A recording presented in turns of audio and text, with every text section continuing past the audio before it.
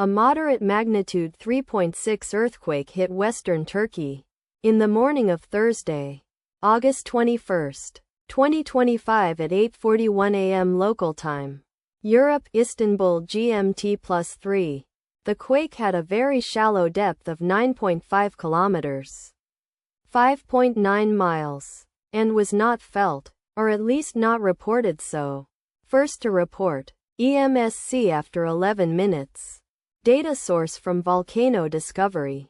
Did you feel it? Let us pray. May the earthquake that occurred not affect our brothers and sisters there. May the earthquake not happen again. And may God protect everyone. Amen.